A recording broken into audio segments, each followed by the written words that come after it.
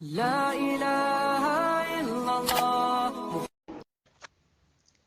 نحمده ونصلي على رسوله الكريم اما بعد فاعوذ باللہ من الشیطان الرجیم بسم اللہ الرحمن الرحیم۔ حضرت مسروق تابعی رحمہ اللہ بیان فرماتے ہیں کہ ہم عبداللہ بن مسعود رضی اللہ تعالی عنہ کے پاس گئے تو آپ نے فرمایا، اے لوگو، جس کو کسی بات کا علم ہو تو وہ اسے بیان کرے، اور جس چیز کا علم نہ ہو تو کہہ دے اللہ اعلم،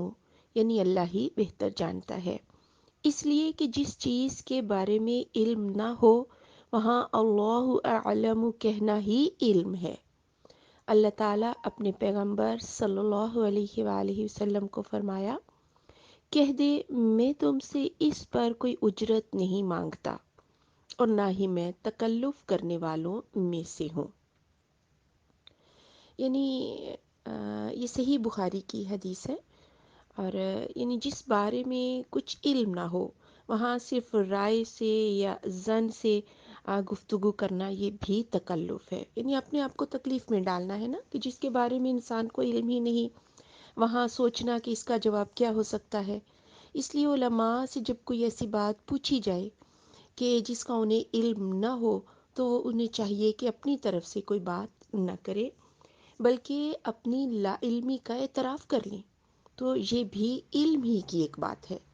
تو گویا بغیر علم اور تحقیق کے فتویٰ دینا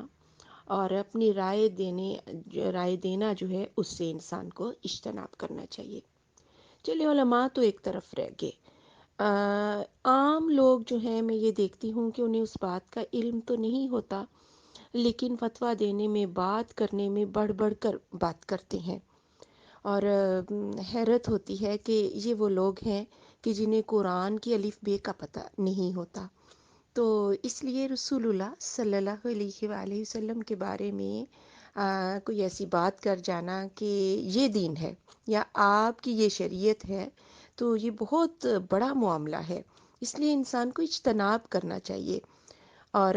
عام لوگوں کو تو خاص طور پہ اس چیز سے اجتناب کرنا چاہیے۔ اور یہ بات تو علماء کے لیے بھی ہے کہ انہیں بھی اپنی رائے کے ساتھ کوئی بھی کسی بھی بات کا جواب نہیں دینا چاہیے۔ تو اللہ رب العزت سے دعا ہے کہ اللہ تعالی ہماری زبانوں کو اور ہر خاص و عام کی زبان کو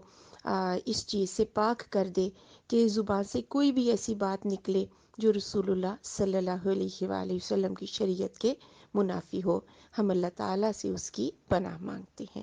سبحانک اللہم و بحمدک، اشہد ان لا الہ الا انت، استغفرک و اتوب الیک۔